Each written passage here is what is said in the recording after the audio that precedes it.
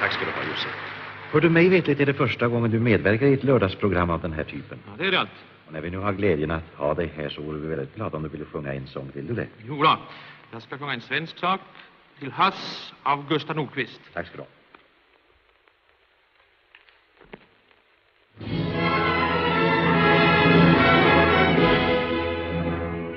Blåser havets friska vind ifrån sydväst och smyger ljuvligt sjömans kind av alla vindar rest.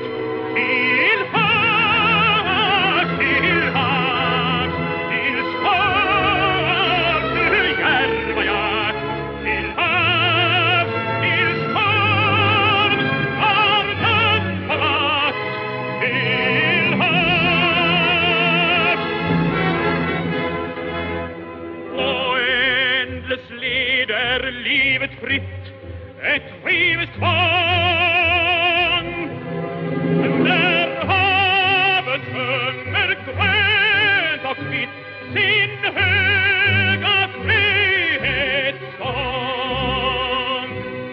Till havs, till havs, till storm, till järva jag, till havs, till storm, stormen på vakt, till havs.